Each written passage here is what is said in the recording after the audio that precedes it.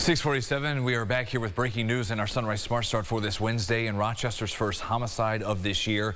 RPD confirms a young man was shot in the chest this morning around 145 on Curtis Street. The victim found in the road.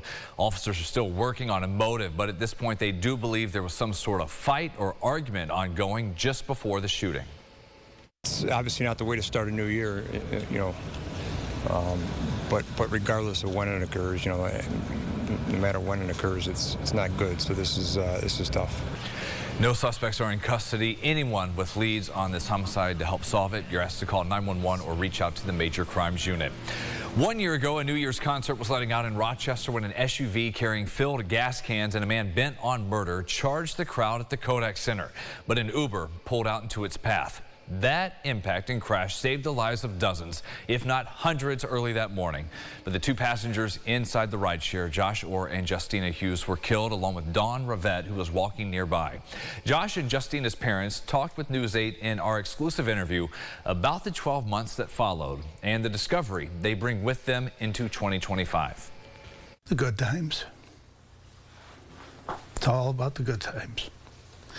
You try not to think about the negative. So Christmas, we told stories about funny things. We left out the sad stuff. So it was nice. But it's, that's time. You need the time. I have no doubt he would still be holed up in our basement apartment. None whatsoever. I have no doubt that the plethora of Christmas cookies and things that I made in the house would have disappeared much more quickly than they did. Those memories and wishes have all been shared with Justina's mom, Carrie, who, as the tide of grief begins to recede slowly, has not only found stories that make her smile, but realizes they have also been sharing their pain. Out of this tragedy, I see these amazing people, that we have encountered that, to me, they've changed my life, So I'm not focused on the bad. I feel like we're all being lifted up together. You're going to hear more from others there 1 year ago, people we've never heard from until now. That'll be on later today in our broadcast. As for why this happened, that's still unclear and likely will be forever. The driver was also killed in the attack. The FBI told News 8 the investigation into a motive is winding down, adding agents have found no evidence of any ideology or plan to carry out an act of terrorism. They call it a horrible, senseless incident. We have that full response from authorities at rochesterfirst.com. And lastly, if you need it, someone else may need it, the mental health hotline is always there at 211. It is a call that could save more than one life. At 6:50, let's turn now to our forecast and top weather headlines here with James. We will get ready for the cold, and then we'll be following lake effect for days coming up here. Yeah, already starting to see the changes in our region. Now, if you look at the wind direction, that's so important here. Penn Yan just had a south wind. Now it's calm, but you look at areas like Dansville, Rochester, now coming out of the west-northwest. That means we're going to start pulling temperatures down. Those 40s likely become 30s this afternoon. The scattered rain showers will become snow showers. So those 30s eventually become 20s, and you'll see the teens in the 8-day forecast at the end of the show. Brennan? We'll see that in the long-range forecast, too. Thank you, James. That'll be coming up. Back to our news and the autopsy of inmate Robert Brooks from Marcy Correctional near Utica. That has been released. In this new court paperwork obtained by News 8, it was determined Brooks suffered from multiple bruises on his face, arms, and legs, a broken nose, soft tissue bleeding in his neck, among other critical injuries. Brooks died 1 day after he was beaten by corrections officers last month at the prison. According to documents, the medical examiner reported concerns for asphyxia due to compression of his neck. It also notes the official final cause and manner of his death are still pending at this time, at least as of when that was filed. We are learning the pilot of the small plane that crashed last month in the town of Aurora did radio for help before he was killed. Paul Marsh was flying from Lansing, Michigan to White Plains, New York to visit family.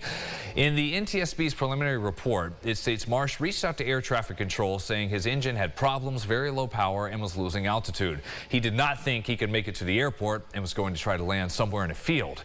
They soon lost contact with the pilot. The plane burst into flames when it went down and crashed in some woods. New details on a beloved pizza shop in Newark broken into this week. That happened at BB's Pizzeria around 2 a.m. Monday. These photos from the owner, Josh Jackson, show the glass front door shattered. He says cash was taken from the register, and with the damage, this is going to cost him about $800 at least to fix it. A statement from the owner says it, quote, just sucks. I open up for people in the community that have no place to go or food to feed families, and for this to happen, it just hurts. We have reached out to police in Newark multiple times for more details on the investigation. Have yet to get a response. A GoFundMe has been set up from this community to support the business. You can find that at rochesterfirst.com. With the new year comes new laws officially kicking in around the state. The changes cover hospitals, restaurants, the minimum wage, and more. Beginning today, those who use state-regulated insurance plans and have diabetes will not have copays for insulin. The state is also trying to crack down on restaurant reservations. A new change will try to stop third-party services from arranging unauthorized dining bookings. The minimum wage outside the New York City area is going up 50 cents to $15.50 an hour. We are told from Reaction the minimum wage increase really affects smaller businesses as they do not have the same margins as bigger competitors. Whenever minimum wage increases, all costs go up because they have to cover that increased cost. But when you're shopping in a small business in Elmwood Village, this isn't Macy's, this isn't the mall, and so people don't come here expecting to be charged an arm and a leg. There are some other changes for the workplace for 25. Private employers are now mandated to offer another 20 hours of paid sick leave for medical care during a pregnancy. Another looming change later this year, if you're planning to take a flight, you will need a real ID or a passport, even if that's domestic. The change will be coming in early May. This has been delayed for many years. A real ID is also necessary if you're visiting certain federal facilities. Agencies such as the TSA will stop taking state-issued IDs that don't meet the new upgraded standards. To get one, you need to show all the documentation that carries your full legal name, your date of birth, your social, 2 proofs of address where your primary residence is, and your lawful status. You can always check in with the DMV for more info. A lot of people here ring in the new year at Artisan Works as that venue also celebrates its own 25-year milestone. Guests enter through Casablanca, the main room transformed into another world, an old Hollywood vibe, everyone dressed accordingly. They had everything going on with drinks, wide menu, and dessert. DJ playing great tunes and dance floor for everybody to get their groove on. Celebrations like this one bring the community together, and venue staff say it also allows them to reflect on the previous year and what is to come. As some may know, 2024 was a difficult year for Artisan Works. We did lose our founder, Louis Perticone, the visionary behind everything here. And so at this time, we are trying to propel ourselves forwards into 2025 and coming out stronger than ever, hosting many events throughout the year. Our Valentine's Day brunch, our Louis Perticone golf tournament's going to be coming up in August, and these are all things that we hope instills us to stick around for another 25 years. The party went on till 1 o'clock. To find a full list of more events for this new year, you can visit artisanworks.net.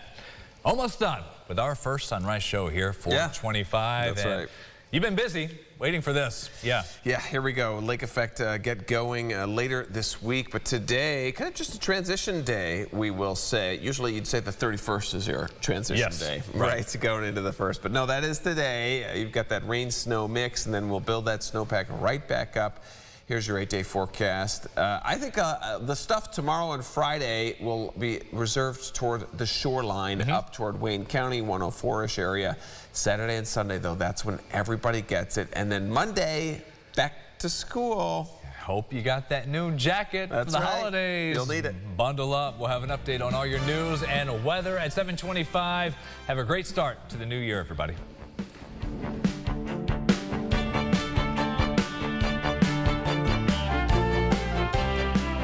Follow News 8 wherever you are on rochesterfirst.com, Facebook, X, and on our app for news and weather.